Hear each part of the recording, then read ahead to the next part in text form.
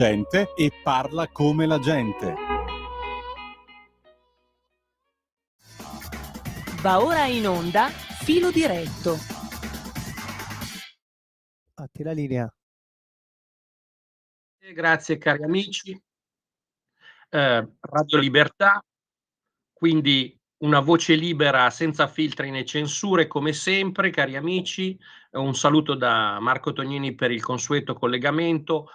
Filo diretto con voi ascoltatori. Vi ricordo comunque che per contattarci potete chiamare allo 02 92 94 72 22 oppure inviarci un messaggio WhatsApp e noi comunque li leggeremo in diretta al 340 6709 659. Oggi commentiamo alcune delle notizie del giorno, faremo qualche riflessione e ovviamente partiremo da quello che ci dite voi, per cui assolutamente siamo aperti al confronto e comunque sempre in questo clima senza filtri né censure di Radio Libertà. Direi la prima notizia è l'ufficialità, leggo direttamente dall'ANSA, l'aeroporto di Milano Malpensa è ufficialmente intitolato a Silvio Berlusconi. Lo ha stabilito l'ordinanza di ENAC, l'Ente Nazionale per l'Aviazione Civile, e ha effetto immediato. Quindi alla memoria del presidente Silvio Berlusconi, Aeroporto Internazionale Milano Malpensa Silvio Berlusconi. La società di gestione SEA provvederà agli adempimenti di competenza. Grande soddisfazione espressa dal vice premier e ministro Matteo Salvini per quanto riguarda appunto il MIT. Fateci sapere anche voi che cosa ne pensate. Questa non è l'unica delle notizie interessanti, curiose o anche drammatiche. Quest'oggi purtroppo è divampato un incendio su una guglia della cattedrale di Rouen, che è la guglia più alta, diciamo la cattedrale più alta fra quelle della Francia, rogo causato durante i lavori di restauro. Abbiamo verificato anche su tutti i siti, la struttura è stata subito evacuata e attualmente le fiamme sarebbero state domate. Conferma comunque sono giunte sia dal sindaco che comunque dagli stessi lavoratori. Si tratta di una guglia dove comunque c'erano delle impalcature, dei teloni di protezione che in qualche modo avrebbero preso fuoco. Fortunatamente la cattedrale è stata subito evacuata ed è stato creato un perimetro di sicurezza. I vigili del fuoco, con molti mezzi coinvolti, si parla di circa una trentina di mezzi addirittura coinvolti, sono riusciti a spegnere poi l'incendio verso le 14. Si tratta di un restauro importante, quello della cattedrale di Rouen, durato 6 anni, quindi non sappiamo ancora a che livello sembra essere compromesso purtroppo questo restauro. Ricordiamo che le grandi cattedrali, le grandi chiese in Francia sono quasi sempre patrimonio diretto o dello Stato o degli enti locali, perché c'è un concordato diverso, diciamo, quindi non può intervenire direttamente la chiesa locale, ma le comunità locali o lo Stato, e non sempre ci sono i fondi per questi restauri. È comunque una notizia indicativa, perché ricordiamo per esempio nel 2020 l'incendio della cattedrale di Nantes, che invece fu sicuramente doloso, e diciamo che su questo tema degli incendi delle chiese e di gesti anticristiani in Francia, purtroppo abbiamo ormai una lunga casistica, ecco. Quindi al di là di quello che dicono i fact checker, i cosiddetti fact checker, sicuramente in Francia qualche problema c'è, comincia a esserci. Siamo andati a riprendere un articolo di Marco Cesario su Il Giornale, che ci ricordava come sono molte in realtà le chiese, anche le grandi cattedrali, che hanno subito incendi in circostanze molto strane e particolari. Dopo Notre Dame o Saint-Sulpice a Parigi, Saint-Sulpice è un'altra grande cattedrale, quindi vediamo un po' che cosa capita. C'è una telefonata, facciamola passare subito. Pronto? Ciao, chi sei? Eccomi, Michele Caruso, buonasera. Buonasera Caruso, prego.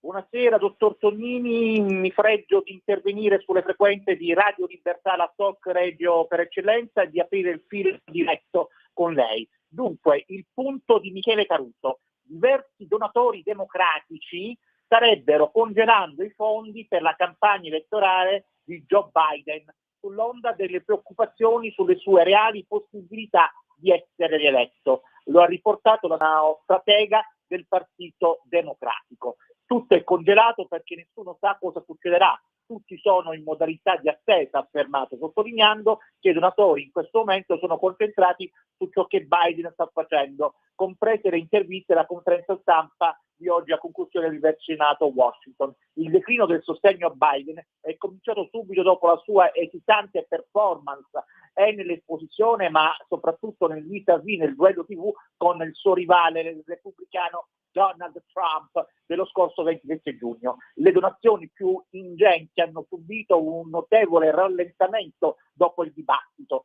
ha spiegato alla CNN il fundraiser democratico. Quelle di piccolo importo, aggiunto, procedono a ritmo sostenuto, ma la campagna elettorale è troppo grande per poter vivere solo di queste. Ieri il New York Times, che ha scelto di sostenere una campagna a sostegno di un cambio di candidato Dem per le presidenziali, ha pubblicato un editoriale firmato dal celeberrimo attore George Clooney. L'attore regista, storico finanziatore della politica democratica, ha scritto che ama Joe Biden, ma che l'unica battaglia che non può vincere è quella contro il tempo. Secondo Clooney, i Dem non potranno vincere a novembre, quando ci saranno le prossime elezioni statunitensi, con questo presidente. Lui si dice che ha guidato alcune delle più grandi raccolte di fondi nella storia del suo partito, ha scritto il premio Oscar, Barack Obama nel 2012, Hillary Clinton nel 2016, Joe Biden nel 2020. Il mese scorso ha ospitato la più grande raccolta fondi a sostegno di un candidato democratico di sempre per la rielezione del presidente Biden. E dice tutto questo solo per esprimere quanto crede in questo processo e quanto ritiene profondo questo momento. Le parole di Clooney potrebbero aver pesato nella scelta di altri grandi finanziatori e dunque futuri grandi elettori di chiudere il portafogli. Il nuovo sondaggio degli americani ritiene che Biden debba ritirarsi. Intanto 2/3 degli americani, inclusa la maggior parte dei sostenitori di Joe Biden, ritiene che il presidente dovrebbe ritirarsi dalla corsa alla Casa Bianca dopo la disastrosa performance al dibattito. È quanto emerso da un sondaggio secondo il quale il Washington Post riferisce che Renata Refero, il 67% ritiene che dovrebbe fare un passo indietro e più dell'85% lo reputa troppo anziano per un secondo mandato. Tonini, a lei un parere. La ringrazio e buona serata da Michele Caruso. Grazie per il suo intervento estremamente articolato. Intanto diciamo che una notizia, molti autorevoli commentatori stanno rivalutando soprattutto la politica estera del precedente mandato di Trump, e quindi si sta anche rivalutando, anziché demonizzare, la figura di Trump in questo periodo. Per quanto riguarda il campo democratico è tutto vero. C'è un problema di fondo su questa situazione per quanto riguarda le donazioni, che le donazioni non sono al partito, ma sono ad personam. Quindi queste eventuali donazioni a Biden non potrebbero essere usate eventualmente da un nuovo candidato che entrasse velocemente comunque nel campo democratico attraverso delle mini primarie o quant'altro, insomma. Quindi anche questo è un problema di cui evidentemente tenere conto. Tornando al discorso della Francia, appunto questa preoccupazione per le chiese, c'è un rapporto stilato dall'Osservatorio del Patrimonio Religioso, l'OPR, che in Francia ha elencato ben 21 chiese colpite da incendi e da tentativi di incendio nell'arco di 2 anni, tra cui almeno 15 di origine dolosa. Tra l'altro ricordiamo che la presunta laicità della Francia però non impedisce al governo Macron di partecipare per esempio alle feste del Ramadan, ma anche di non fare mai gli auguri per la Pasqua e per il Natale. È una laicità evidentemente male intesa. C'è un'altra telefonata, facciamola passare subito, prego. Pronto, Antonini? Buonasera, sì, buonasera, Mauro prego. da Reggio. Ci terrei solo a puntualizzare una cosa, Sono 16 mesi che la produzione industriale è in calo mese su mese, per cui io non presumo che ci sia da prospettare il discorso, come detto Giorgetti, non sarà lacrime e sangue, visto che il nostro debito ammonta a 2.950 miliardi e i primi di febbraio sfonderà ai 3.000, per cui è retto solo ed esclusivamente da quello che è il risparmio privato italiano, che è l'unica cosa che sia rimasta, visto che ci siamo venduti i fili della Telecom, ci siamo venduti tutto quello che c'era da vendere e non facciamo altro che ricalcare quello che è stata la cosa del 90. Ribadisco, per quanto riguarda il discorso industriale, io parlo da Reggio Emilia, che è stato per tanti anni il polo mondiale dei motoriduttori e della meccanica di precisione oleodinamica. Per cui c'è un rallentamento, la Metasystem che è in mano cinese chiude e la Valvoil che è in mano a Multipon di un gruppo italo-americano che è anche l'Interpump, che non ha mai avuto problemi, ha dei problemi e stanno fermi. Non c'è da pensare che sia molto molto simpatica. Sì, grazie di questo intervento, di questi dati. Cerchiamo anche però di inquadrarli. Comunque il paese sta vivendo un momento in cui riesce ad esportare ancora molto bene. Ci sono i problemi di cui si parlava, però c'è un aumento dell'occupazione dovuta anche dall'eliminazione di alcuni bonus e del reddito di cittadinanza, che aveva ingessato veramente la situazione e creato anche dei problemi legati per esempio al fatto che molta gente preferisse lavorare in nero rispetto appunto al non perdere questi bonus e queste prebende, diciamo che però il paese comunque, ripeto, vede una ripresa sia sui posti di lavoro che per quanto riguarda le commesse estere. Certamente il mercato interno ha avuto un calo fin da quando c'è stata la crisi, diciamo, del gas, che ha coinvolto poi tutti i paesi d'Europa e che tutti i paesi d'Europa, nonostante le centrali acquisti dell'Unione Europea, insomma, ogni paese ha cercato di affrontarla a suo modo. Quindi sicuramente la strada è in salita, probabilmente è più in salita per altri che per noi, e questa sarebbe una novità. Vedremo anche come verrà affrontata la situazione in Francia. Ecco, in Francia, anzi, approfittiamone allora per parlare della Francia, qualche aggiornamento soprattutto sulla politica e sulla questione fondamentale, che è quella se si riuscirà o meno a dare governabilità alla Francia. In questo momento quindi verifichiamo, però se c'è un'altra telefonata facciamola entrare subito. Quindi pronto? Ciao, chi sei, da dove chiami?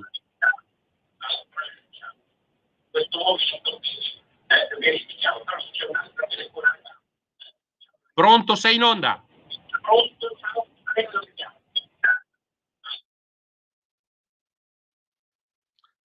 Non ti sentiamo, riproviamo. Pronto, sei in linea? No. È caduta la chiamata. Allora sì, grazie al nostro Andrea, anzi salutiamo il nostro Andrea in regia. Ovviamente Andrea, interrompimi quando ci sono gli stacchi pubblicitari, le canzoni, eccetera, i nostri collegamenti, non c'è nessun problema.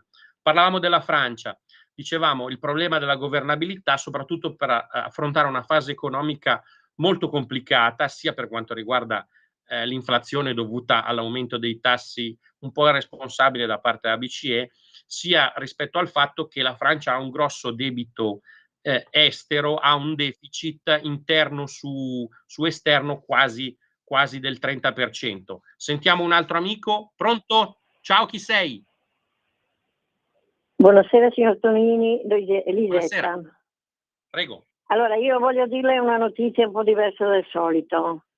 Cioè vogliono tassare i super ricchi, alcuni paesi ci provano, signor Tonino, non so se la sentite la notizia. Esattamente, sì. Perché da quello che ho letto io in biblioteca, che è una tassa internazionale sui paperoni del mondo, cioè quelli, per intenderci, che vanno in vacanza solcando gli oceani con un mega yacht da oltre 40 metri e che a casa cenano di fronte a un Picasso o un Tintoretto, beati loro. Allora, la notizia è che molti governi l'hanno presa sul serio, a cominciare dal Brasile di Lula, che in questo mese ci sarà il prossimo, mi sembra, G20. Zuckerman, che è un presidente, un ministro francese, mi sembra, già preparato un documento ufficiale su questa imposta che colpirebbe i 3.000 miliardari che contano nel pianeta. L'economista francese fa anche due conti e calcola entrate per 250 miliardi di dollari l'anno, una somma che potrebbe contribuire a finanziare la lotta alle diseguaglianze e al cambiamento. E poi devo aggiungere che per ora solo una manciata di paesi, tra cui la Spagna, mi sembra di aver letto questo, il Sudafrica, la Germania, il Belgio e la Francia, ha dato il proprio sostegno, non so perché l'Italia no, alla proposta brasiliana. L'EMER conta di arrivare a un'imposta minima sui patrimoni entro il 2027 e termino, mai come in questo caso il tempo è denaro. La saluto, buonasera. Grazie alla nostra amica. Io trovo che siano tentativi velleitari e poi dobbiamo capire fino a dove sarebbe necessario intervenire e fino a dove evidentemente no, lasciare fare ai governi. Esisterà sempre uno Stato che non applica queste norme nel mondo, non fosse altro perché i governanti verrebbero appoggiati da questi super ricchi. E quindi rischiamo solo di creare dei nuovi paradisi fiscali. Scusate. Detto questo, alcune patrimoniali, alcune nuove tasse sono molto sulla bocca di tanti politici, come per esempio Mélenchon. Mélenchon addirittura parlava di una tassa del 90%, che è assolutamente irrealistica e improponibile, perché chiunque rientrasse in quella casistica semplicemente prenderebbe e andrebbe in un altro Stato, portando evidentemente via con sé tutta la sua ricchezza e evidentemente non solo le sue proprietà, ma per esempio se un super ricco ha delle società chiuderebbe anche dei posti di lavoro. Bisognerebbe invece creare della vera ricchezza con dei posti di lavoro, quindi anziché premiare spesso la speculazione finanziaria, premiare chi fa lavoro e occupazione, perché è in questo modo che si livellano un po' di più le differenze. Portar via i ricchi per dare ai poveri è una delle cose più difficili che possano accadere nella società moderna, perché evidentemente le grandi multinazionali hanno armi molto più potenti ed affilate degli stessi governi e comunque, insomma, se ci sono dei patrimoni che sono già tassati, stratassati, bisogna verificare se sia giusto o meno intervenire. Non vogliamo, insomma, creare delle politiche sicuramente ultra marxiste, ma verificare volta per volta. Ci sono delle tasse che invece su transazioni finanziarie o per esempio su determinate operazioni digitali potrebbero essere utili. Ovviamente, ripeto, il problema è che quasi sempre il ricco, il super ricco, la multinazionale trova il modo di scampare e quindi quando si parla di patrimoniali spesso e volentieri si va a colpire il cittadino della classe media che magari ha una casa, che magari ha 4 soldi su un conto in banca e quant'altro, quindi bisogna stare molto attenti da questo punto di vista. Purtroppo è invalsa un po' questa scelta, questo modo di parlare soprattutto di certa sinistra che può far presa magari anche in chi giustamente pensa alle cosiddette disparità sociali, ma un conto è creare lavoro, creare diciamo la ricchezza, un conto è tentare di suddividerla in maniera molto artificiosa e francamente poco efficace, ecco, diciamo così. Non che non se ne parli di questa cosa, perché comunque è stata una delle grosse idee, per esempio, di Mélenchon, della France Insoumise, quindi assolutamente è un tema da verificare e la politica è giusto che ne parli e che la affronti. Vedo che dobbiamo andare in pausa, quindi a tra poco. Ehi tu, non trovi più il segnale di Radio Libertà sulla tua radio DAB? Non disperarti, risintonizza. Sì, ma come? È facile, tasto menu, poi scegli il tasto corrispondente alla ricerca automatica dei canali, attendi qualche minuto e tutte le stazioni DAB della tua zona saranno disponibili.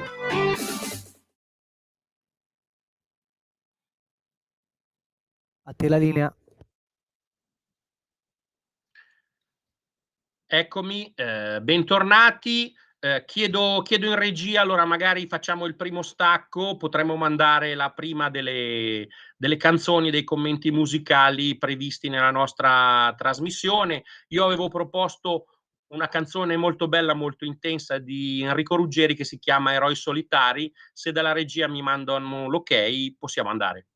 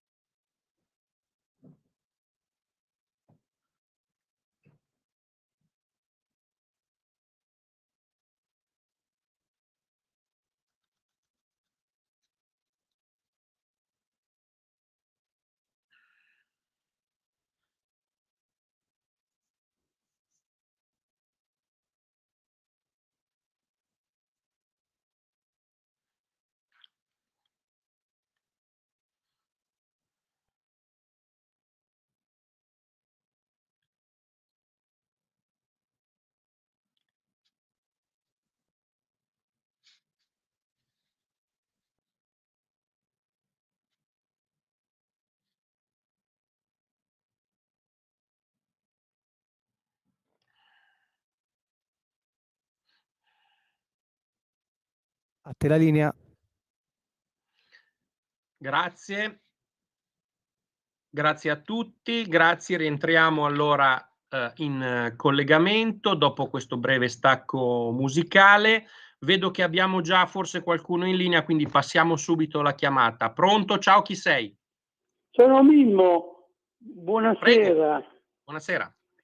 La sto seguendo con molta attenzione, sono Mimmo da Napoli.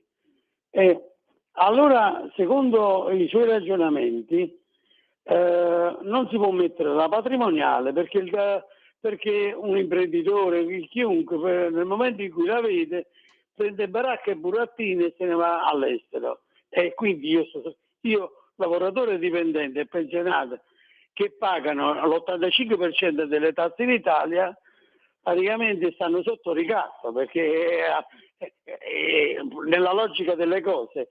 E io ricordo un certo signore che si chiamava Marco Pannella, negli anni 60 disse che questo paese, per potersi salvare, bisogna che si usi il sistema americano. Chi evade va in galera, poi paga una grande cauzione che può essere anche la metà di quella che ha evaso, e quindi fa il processo, ritorna libero, fa il processo e paga il resto. Ma finché in Italia ci sarà questo reato come un reato amministrativo, io denuncio 500 euro e invece ho sottratto allo Stato 10 milioni di euro. A quel punto lì come la mettiamo?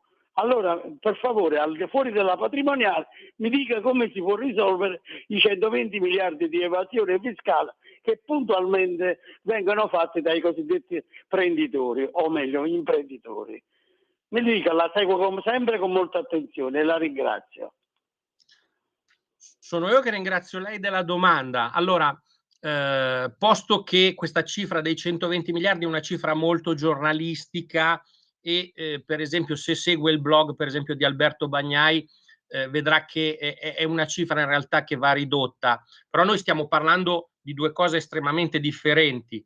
La patrimoniale è comunque una misura che va presa su imprese o patrimoni personali evidentemente dichiarati, cioè l'evasione è un altro discorso. Non penso che tutti i ricchi, tra virgolette, sono ricchi perché evadono, anche perché l'evasione mediamente è come dire spalmata su più classi, diciamo. È vero il contrario, anzi, che spesso le grandi multinazionali o comunque i grandi patrimoni hanno legislazioni di favore. Ad esempio, l'esempio classico era di Amazon, per esempio, in Lussemburgo, o di altre aziende, per esempio, in Olanda, o in quelli che sono un po' i paradisi fiscali, che pure sono interni all'Unione Europea e quindi creano comunque disparità tra i vari paesi. Sicuramente una politica fiscale più rigorosa è utile, non sta a me dirlo che sono, ripeto, solo un commentatore. Ovviamente bisogna trovare un giusto equilibrio che in Italia sicuramente manca, per evitare, come dire, proprio di essere come dire, troppo pressanti nei confronti della classe media che ha sempre pagato, e invece di essere come dire un po' troppo laissez-faire rispetto evidentemente alle altre categorie. Ma ripeto, parlare di patrimoniali, lacrime e sangue spesso e volentieri non risolve il problema. Però ripeto, la patrimoniale e per esempio il contrasto all'evasione sono due discorsi diversi, ripeto, a meno che non si voglia dire che chi ha i soldi l'ha fatto solo e soltanto perché ha evaso, insomma, che non è logico. Quindi spero che questa mia risposta possa essere utile, ripeto, poi sta alla politica intervenire. Proseguiamo, ovviamente trovandomi a Bruxelles commentiamo anche le ultime notizie riguardanti ovviamente quello che accadrà la prossima settimana con l'inizio effettivo della nuova tornata legislativa del Parlamento europeo, quindi con l'insediamento dei nuovi eurodeputati e soprattutto con le prime audizioni e il voto sulla Commissione europea, o meglio, sulla presidenza della Commissione. C'è questa candidatura sempre più debole della von der Leyen, che però continua a essere molto divisiva. Vediamo che ANSA comunque ci dice che si tratta di dubbi e paletti anche nei filo UE, l'Ursula bis non è scontato. Von der Leyen ha preso le distanze dall'ECR, cioè dal gruppo dei conservatori, che fa riferimento anche a Giorgia Meloni e ai polacchi di PiS. I Verdi spaccano il PPE, in quanto i Verdi comunque tentano di essere ancora molto, nonostante diciamo il ridimensionamento elettorale dovuto anche alle politiche estreme legate al Green Deal, stanno cercando di essere ancora determinanti per una futura maggioranza a scapito delle forze più centriste come il PPE. Cosa vediamo? Giorni difficili verso il cammino di Ursula von der Leyen, dice appunto l'ANSA. La plenaria di Strasburgo porterà certezze non così solide, sarebbe un regalo a Orban, avvertono dal PPE. Orban però ricordiamolo che è soprattutto presidente di turno. Tra gli stessi popolari restano divergenze, come vi dicevo, sul ruolo dei Verdi, che spingono per entrare stabilmente in maggioranza, incontrando resistenze proprio nel partito che ha candidato von der Leyen. La Presidente dell'Esecutivo UE ha dedicato gli incontri del mercoledì ai liberali, al gruppo di Renew, di cui fanno parte per esempio i macroniani, e appunto ai Greens. Entrambi hanno scandito che un'alleanza con i conservatori va esclusa nella maniera più assoluta. A entrambi von der Leyen ha assicurato che non ci sarà alcuna cooperazione strutturale con ECR, quindi ancora una volta si cerca un candidato che fa riferimento a questo inciucio centro e sinistra a scapito delle forze che sono uscite vincitrici dalle elezioni europee, sicuramente i conservatori, sicuramente il nuovo gruppo, di cui fa parte anche la Lega, dei patrioti per l'Europa. Quindi da questo punto di vista si cominciano già a creare delle divisioni molto artificiose che potrebbero comunque un po' vanificare quella che è stata l'idea degli elettori europei. C'è un bivio a Strasburgo, il presidente dei Verdi Eickhout l'ha sottolineato, ci sarà anche una riunione comunque della von der Leyen lunedì e martedì con The Left, cioè con la sinistra estrema, la sinistra radicale, quella di France Insoumise, quella di Podemos e della Linke tedesca, e poi con ECR. The Left ha già dichiarato che non voterà per von der Leyen e proporrà un suo candidato come alternativa a Roberta Metsola alla guida dell'Eurocamera. Tuttavia nei loro confronti i filo UE non hanno issato alcun cordone sanitario. I popolari continuano a pensare che il problema più grosso sia l'estrema destra, poi estrema bisognerebbe verificare quanto. Ovviamente ci sono i patrioti, c'è anche il neogruppo che si è costituito l'altro ieri, guidato da AfD, con alcuni gruppi nazionali, che fa riferimento comunque sempre al mondo sovranista. Il PPE peraltro resta convinto che con una parte dei conservatori, come Fratelli d'Italia o i belgi della nuova alleanza fiamminga, o con l'ODS del premier ceco Peter Fiala, si possa dialogare su diversi temi. Tuttavia, insomma, resta questa idea della maggioranza a cui fanno capo poi la maggioranza anche degli eurocrati, che pensa di poter trovare voti per la conferma di von der Leyen, come dire, delegazione per delegazione, magari sfruttando il fatto che alcuni paesi come l'Italia e appunto la Repubblica Ceca avranno il loro candidato, quindi avranno il loro candidato nel senso di membro della Commissione, il loro commissario, e quindi dovranno comunque avere un atteggiamento propositivo nei confronti della Commissione. Staremo a vedere, serve sicuramente maggiore chiarezza.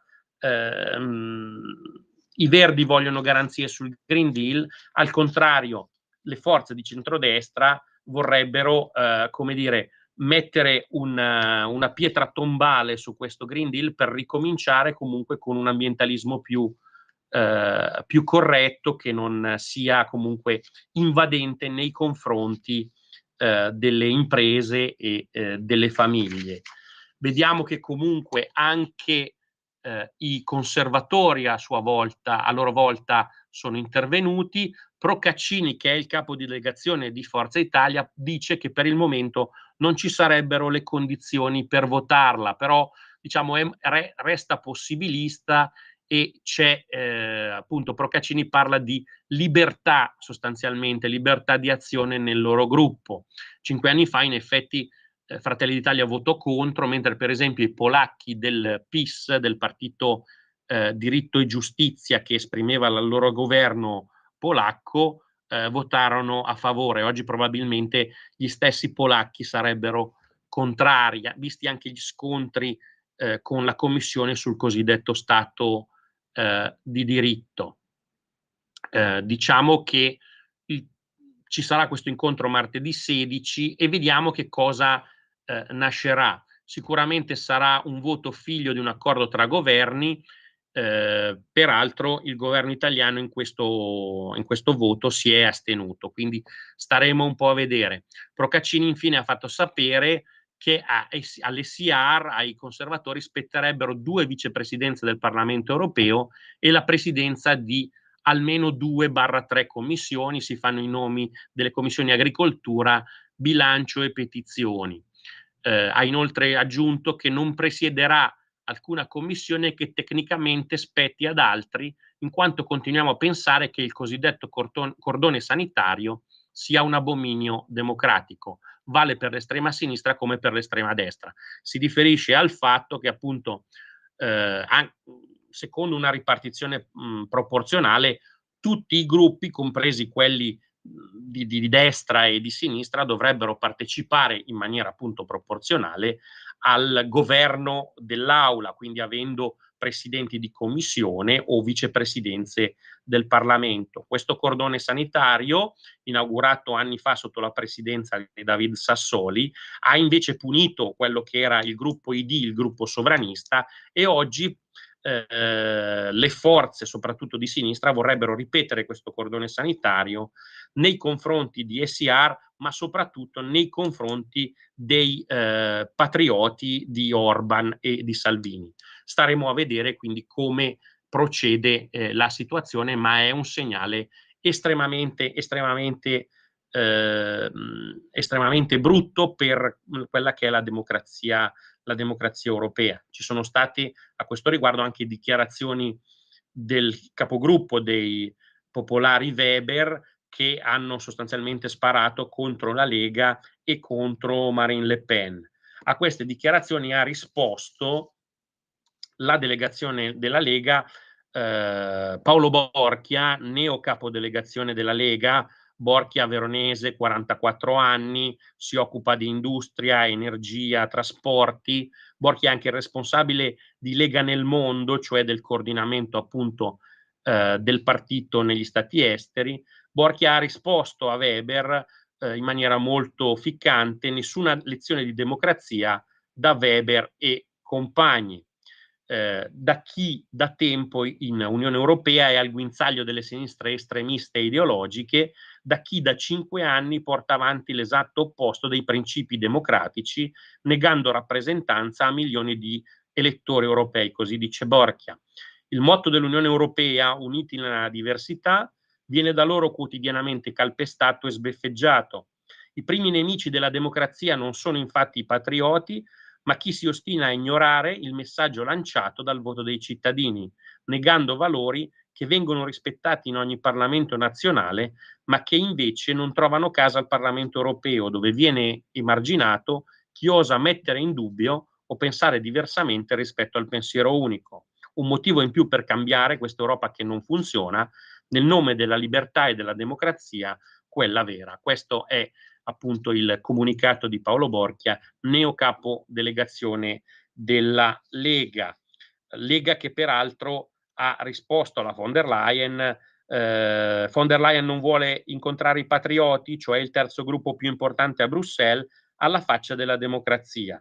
Ecco che finalmente gli euroburocrati gettano la maschera. Non è questa l'Europa che vogliamo. Ecco, sicuramente lo scontro si fa più acceso in attesa dei voti appunto della prossima settimana. C'è stata una polemica anche abbastanza capziosa in riferimento al generale Roberto Vannacci, all'onorevole Vannacci, neo vicepresidente, uno dei 6 vicepresidenti dei Patrioti. Ci sarebbero state delle dichiarazioni da parte di singoli MEP, cioè da parte di singoli deputati del Rassemblement National, che non condividerebbero la sua nomina facendo riferimento a sue dichiarazioni. Evidentemente si tratta comunque di un misunderstanding che fa riferimento appunto a comunque situazioni che non erano state chiarite in precedenza. La Lega ha già dichiarato, ve lo dico in questo momento, Rassemblement contro Vannacci, nessun problema, massima stima per il generale.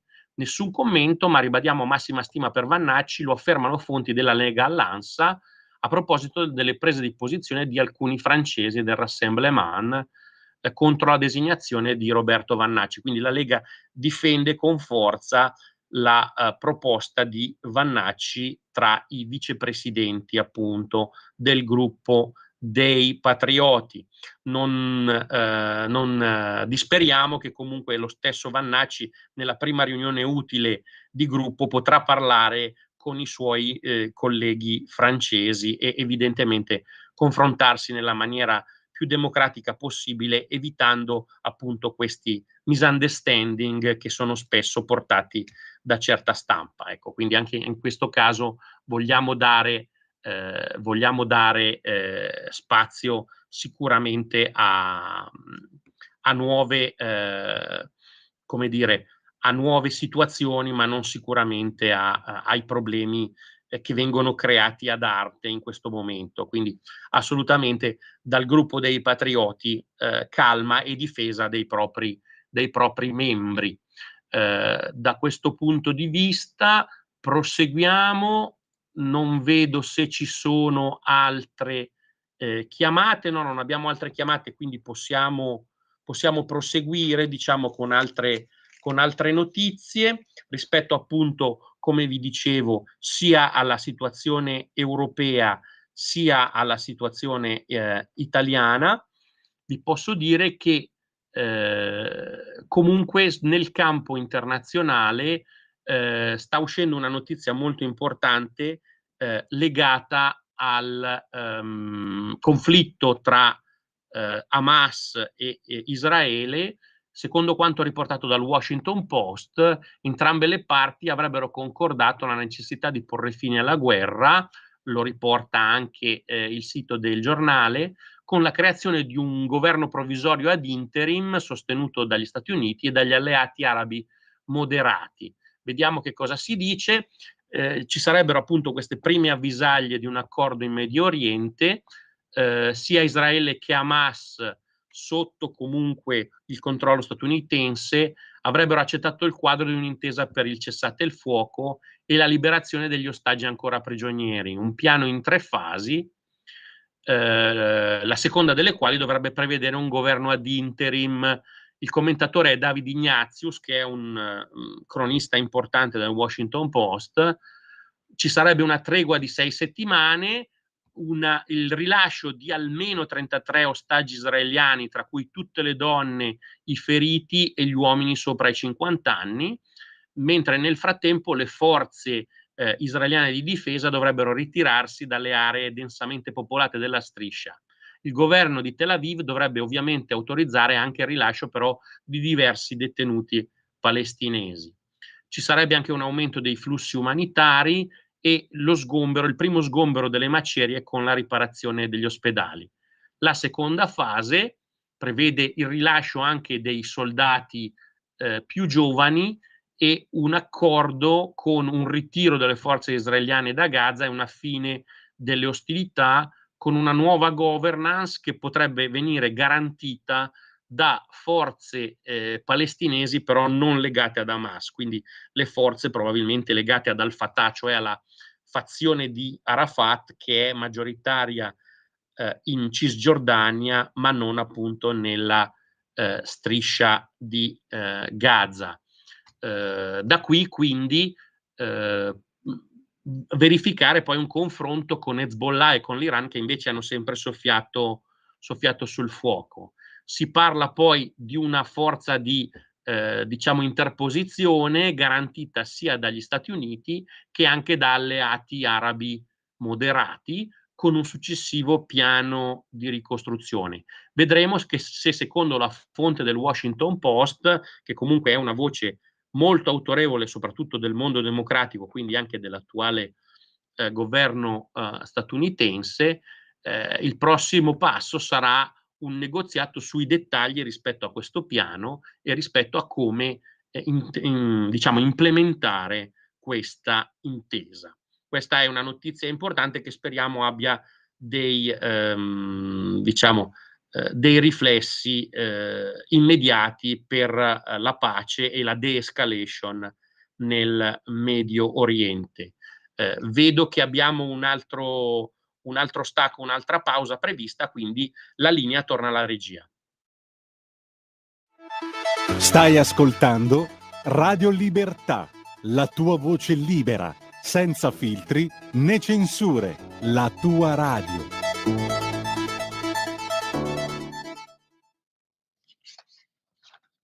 La linea.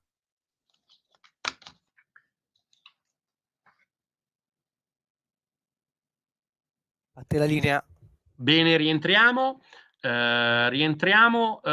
Se vogliamo possiamo dare anche spazio a un secondo momento musicale. Avevamo preparato anche un'altra canzone, allora direi di mandarla subito e poi di rientrare sempre con filo diretto.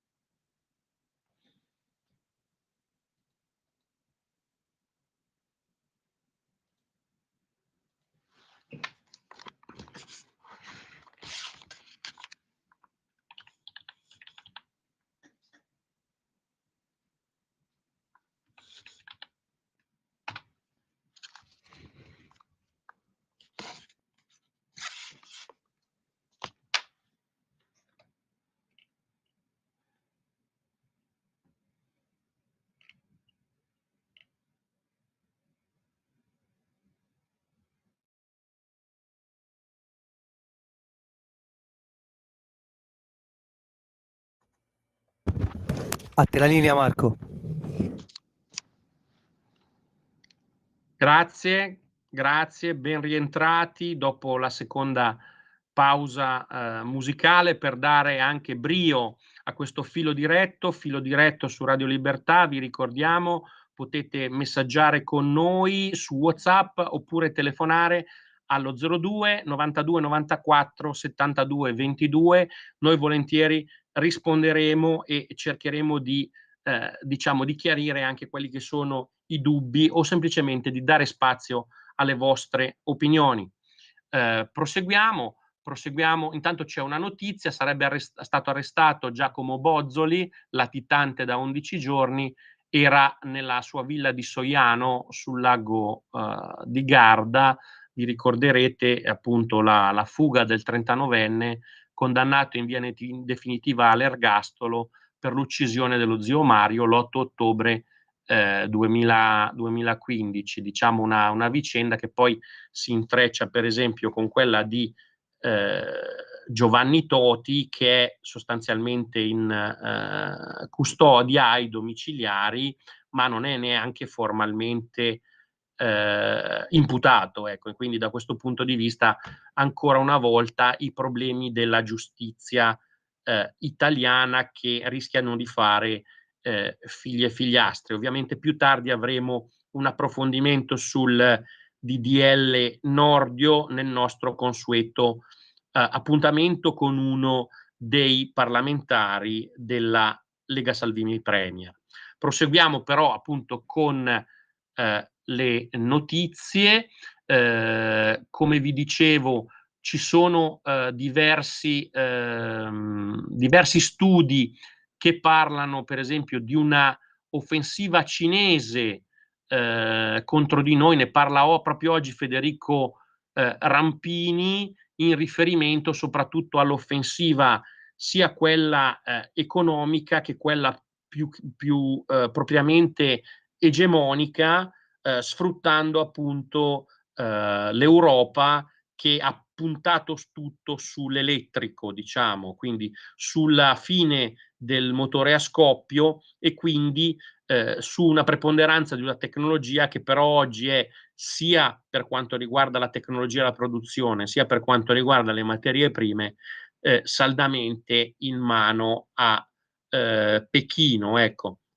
Da questo punto di vista, quindi, vengono confermati quelli che sono stati tutti i dubbi delle forze sovraniste e moderate negli ultimi 5 anni contro il cosiddetto Green New Deal, che non è un unico provvedimento, ma è un insieme di oltre 30 fra direttive e regolamenti che in alcuni casi rischiano, in altri casi lo hanno fatto direttamente, appunto di ingessare l'economia europea e comunque di far perdere posti di lavoro, come già sta accadendo non solo nel nostro paese, ma anche presso quei grandi paesi dell'automotive come la Francia e la Germania, che pensavano di essere immuni da questa crisi che invece si è manifestata in tutto il suo, in tutta la sua gravità. Altra grave situazione che seguiamo assolutamente è quella della guerra in Ucraina, ma in generale del fronteggiarsi tra Russia e NATO, che sta portando comunque ad un livello di tensione sempre più alto. La Russia avverte la NATO, missili americani in Germania pronti a rispondere. Il vice ministro, scusate, degli esteri del Cremlino, Rybakov, ha dichiarato che Mosca reagirà militarmente nel caso in cui l'Alleanza Atlantica dovesse effettivamente autorizzare il dispiegamento di missili a lungo raggio americani in Germania. Questo in riferimento a quanto era stato detto appunto in occasione dell'ultimo vertice NATO di Washington. Quindi ancora una volta dichiarazioni molto muscolari, che avrebbero bisogno in realtà di una situazione in realtà di almeno cessate il fuoco per poter riportare le parti al tavolo a trattare, cosa che per esempio il movimento della Lega Salvini ha sempre auspicato a fare. Parlando di politica estera, pensate, la rivista americana Foreign Affairs, che è un organo importante del Council of Foreign Relations, di relazioni internazionali, è uscito in edicola con un atteso elogio della politica estera di Donald Trump, come vi dicevo prima, sia quella passata che quella futura. Scusate. La premessa è proprio questa. L'agenda America First dell'ex presidente è un programma comunque intellettualmente difendibile e fondamentalmente realista, che cerca di accertare e agire sugli interessi nazionali degli Stati Uniti piuttosto che sugli interessi degli altri. Nasce da una premessa ineluttabile: gli Stati Uniti non hanno più il potere che avevano una volta e si stanno disperdendo troppo, questo dice la rivista. Hanno bisogno di distinguere i loro interessi nazionali essenziali da quelli desiderabili. Devono delegare più responsabilità ai loro alleati, devono smettere di cercare di essere ovunque e fare tutto. Sostanzialmente gli autori dell'articolo tessono l'elogio del pragmatismo trumpiano. Secondo gli autori il Partito Repubblicano è composto comunque da neoconservatori e primatisti che vogliono gli Stati Uniti proiettati nel mondo, ma Trump e i suoi seguaci, che crescono comunque all'interno del mondo repubblicano, che è un mondo molto variegato, non sono di quest'idea. L'idea di Trump è che gli alleati degli americani dovrebbero pagarsi la propria difesa nell'ottica di un riequilibrio degli sforzi e tra l'altro con una proiezione americana nel mondo che diventa sempre più onerosa e sempre meno efficace. Esposizione, per esempio, si citano le basi americane in Iraq e in Siria. Trump, dice l'articolo, non è un pacifista, ma vede la politica mondiale più in termini economici che strategici. Abbiamo un potere enorme economicamente, ha detto Trump nel 2019. Se posso risolvere le cose in questo modo, è così che lo voglio fare. Si riferiva all'Iran in questo caso. Illustra, sempre l'articolo, come Trump abbia definito l'interesse nazionale degli Stati Uniti, escludendo cose come la presunta diffusione di valori liberali e interventi militari o umanitari. In altre parole, secondo Trump, gli Stati Uniti non sono un agente divino per i maltrattati all'estero. Durante il primo mandato, invece, ha spostato l'attenzione di Washington sulla competizione tra grandi potenze e sul recupero di vantaggi di potere globale degli Stati Uniti. Un vero realista, qualcuno che evita visioni idealistiche e ideologiche degli affari globali a favore di una reale politica di potenza. Durante il primo mandato, però, Trump è stato frenato da un establishment fatto di falchi della sicurezza nazionale, affermano gli autori. Ma Trump non commetterà più questo errore. La sua eventuale prossima amministrazione, invece, potrebbe tradursi nella politica estera statunitense più moderata della storia moderna. Tra l'altro, la convention repubblicana, per appunto scegliere comunque anche il candidato della vicepresidenza, si terrà il 15 luglio a Milwaukee, quindi ancora una volta la prossima settimana notizie importanti non solo per l'Europa ma anche per gli Stati Uniti. Si parla sia del senatore dell'Ohio J.D. Vance, ma anche del senatore della Florida Marco Rubio, che porterebbe in dote le comunità latine. Ecco, questo un approfondimento molto molto interessante su Trump. Proseguiamo con le nostre notizie prima del collegamento. Abbiamo trovato un corsivo molto interessante, molto sarcastico, direi al vetriolo, contro Alessandro Zan. Voi sapete che la Puglia ha appena varato una nuova legge cosiddetta contro l'omotransfobia. In realtà è una legge che soprattutto finanzia determinati gruppi impegnati contro le discriminazioni.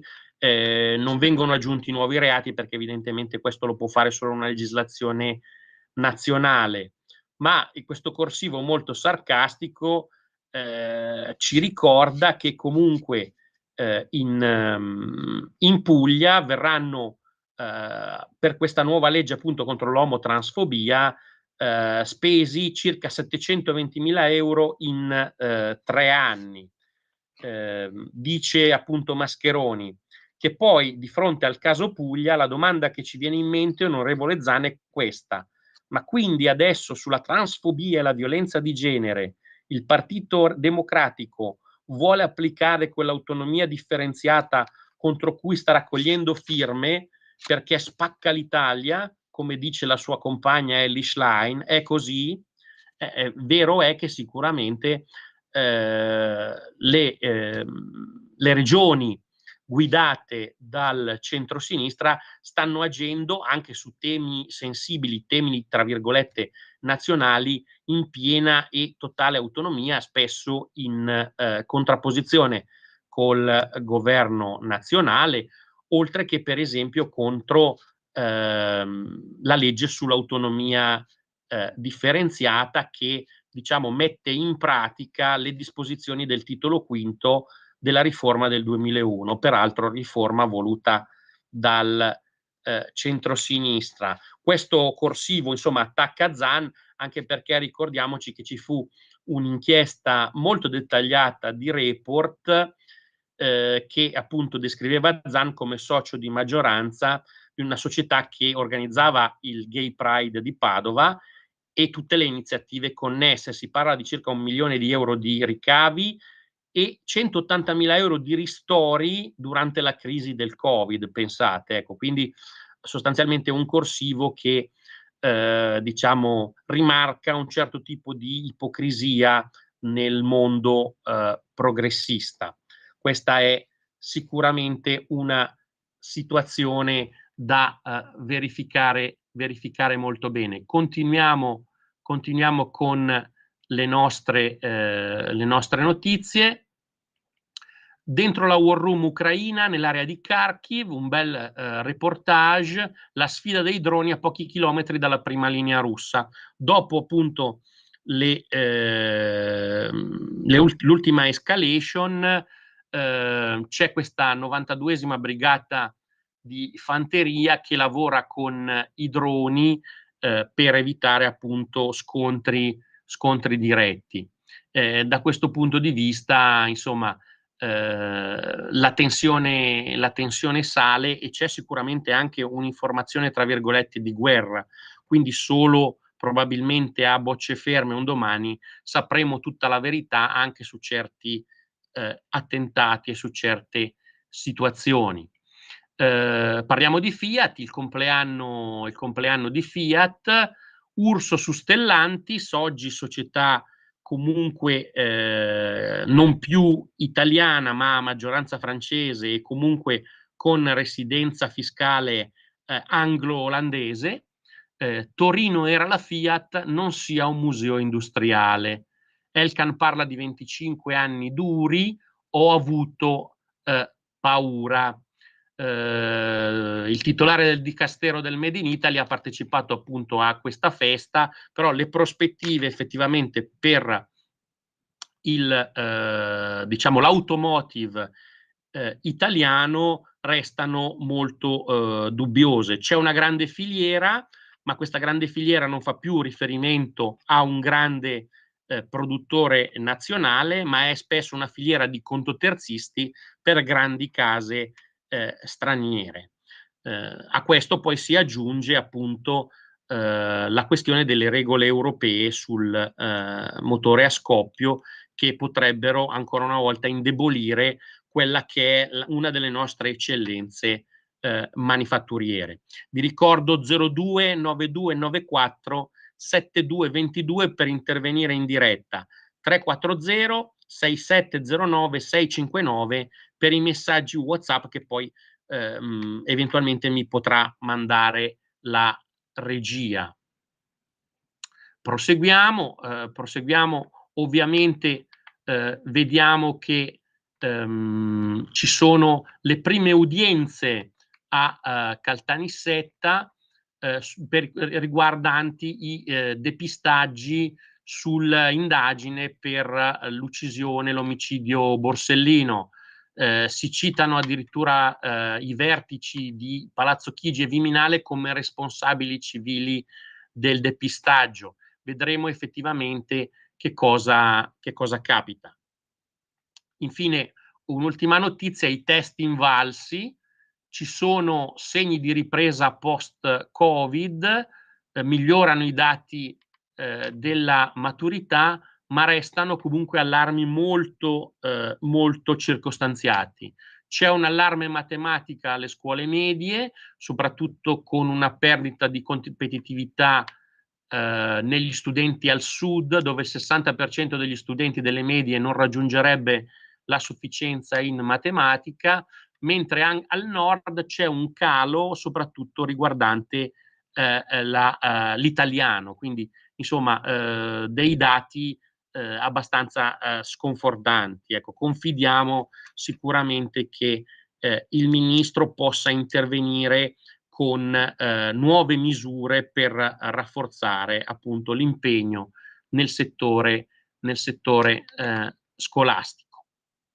Proseguiamo, una notizia interessante che abbiamo trovato. Parlavamo di Europa, ma parliamo anche di fiction in questo momento. Da dove arriva questa nuova serie TV su Angela Merkel?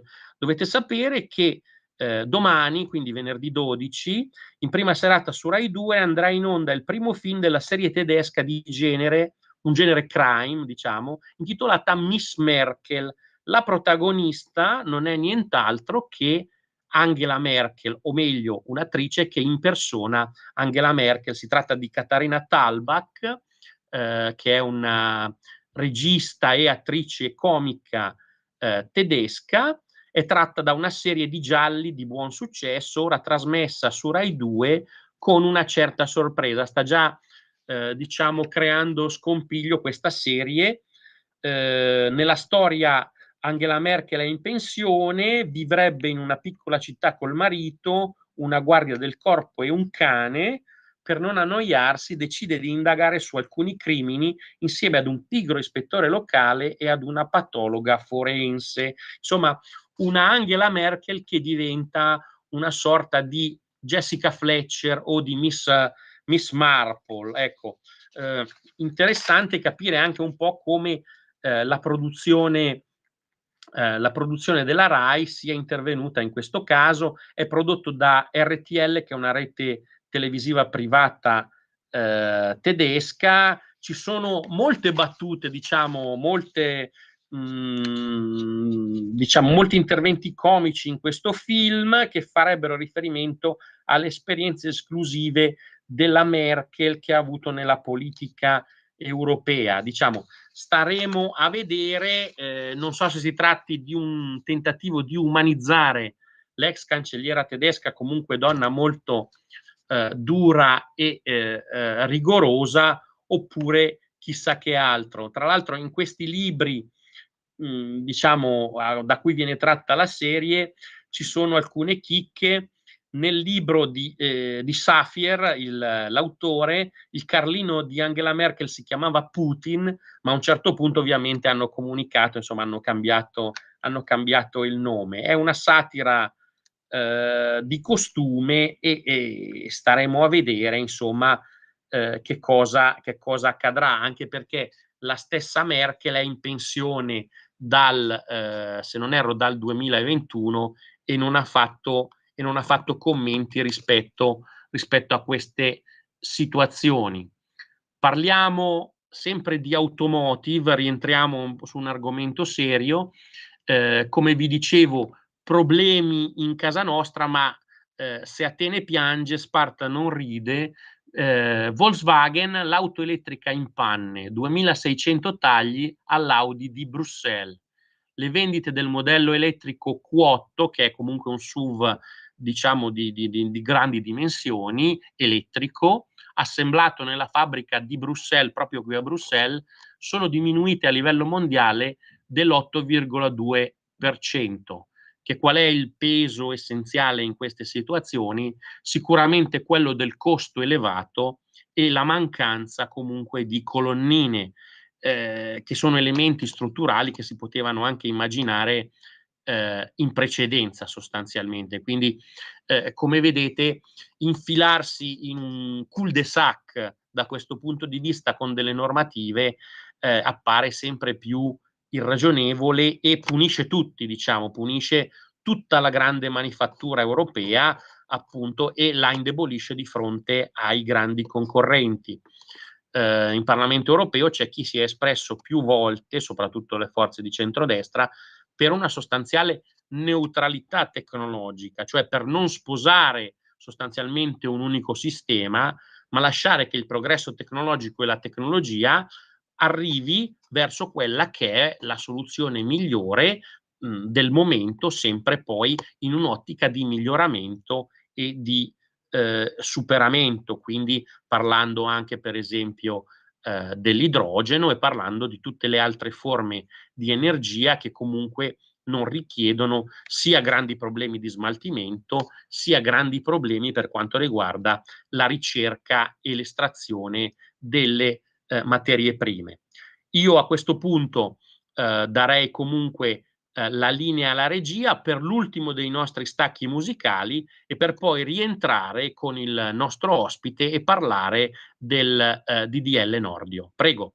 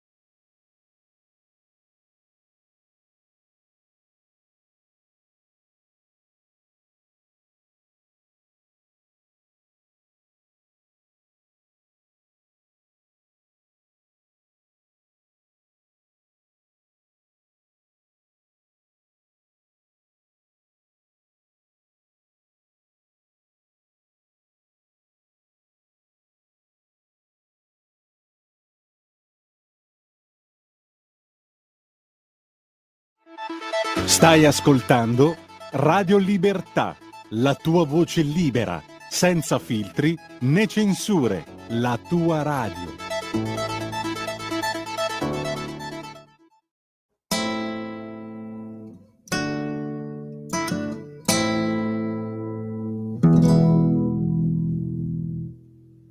Nella guerra di Valois il signor Tivoli è morto, se sia stato un proderoe non si sa, non è ancor certo, ma la dama abbandonata, lamentando la sua morte, per 1000 anni e forse ancora piangerà la triste sorte. Fila la lana, fila i tuoi giorni, illuditi ancora che lui ritorni, libero di dolore.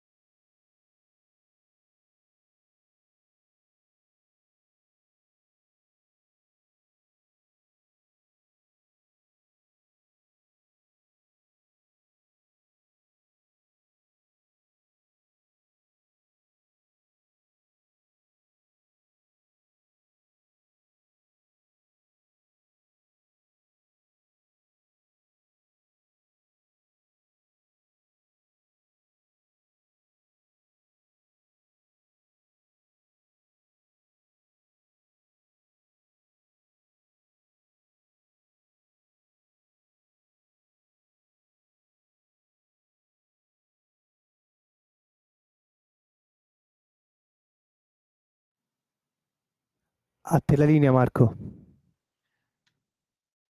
Grazie, rientriamo, grazie a tutti, rientriamo in diretta Skype ancora con voi cari ascoltatori. Abbiamo qualche problema con il nostro collegamento da Montecitorio perché ovviamente ci sono delle votazioni in corso e non riusciamo a collegarci appunto con l'onorevole Bellomo, membro della seconda commissione giustizia, per parlare del DDL, parlare delle ultime proposte approvate. Però sicuramente possiamo fare magari dare un primo giudizio, poi appunto più avanti riprenderemo con le parole dell'onorevole Bellomo. Ma che cosa possiamo dire? Ecco, andiamo sicuramente a vedere anche quanto riporta il nostro direttore Giovanni Sallusti.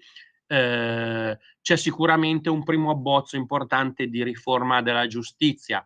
Tra gli aspetti più rilevanti sicuramente l'abolizione del reato di abuso d'ufficio, pur contestatissima, ma si tratta di una scelta assolutamente liberale e di banale buonsenso, visto che ogni anno su circa 5.000 procedimenti che si aprono, il 90% viene archiviato e del restante 10%, il 94% dei casi finisce con un'assoluzione. Quindi in questo caso si mette un po' la croce addosso a tanti amministratori, soprattutto amministratori locali, e poi sostanzialmente c'è un nulla di fatto che però ha rovinato tante vite e tanti impegni politici importanti. Uno dei principali grimaldelli, come dice appunto Giovanni Sallusti, per tenere sotto scacco la politica da parte della burocrazia e di certe procure. È stato dato il via inoltre a una sacrosanta riforma delle intercettazioni. Potranno essere pubblicate solo quelle effettivamente presenti negli atti giuridici e negli atti del processo, senza abusi. Finisce quindi la pratica molto giornalistica dello sputtanamento personale, delle intercettazioni cosiddette a strascico diffuse per altre vie, non di rado contro un nemico politico.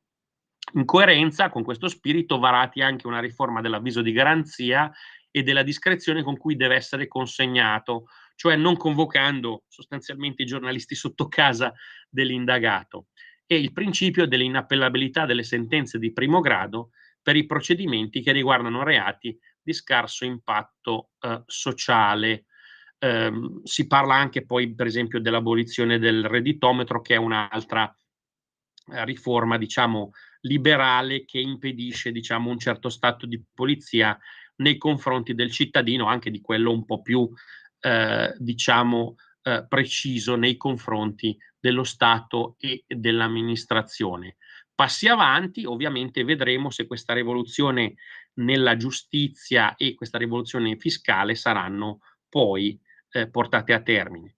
Quindi io direi che a questo punto possiamo chiudere, riprenderemo evidentemente in un altro momento il collegamento con l'onorevole Bellomo.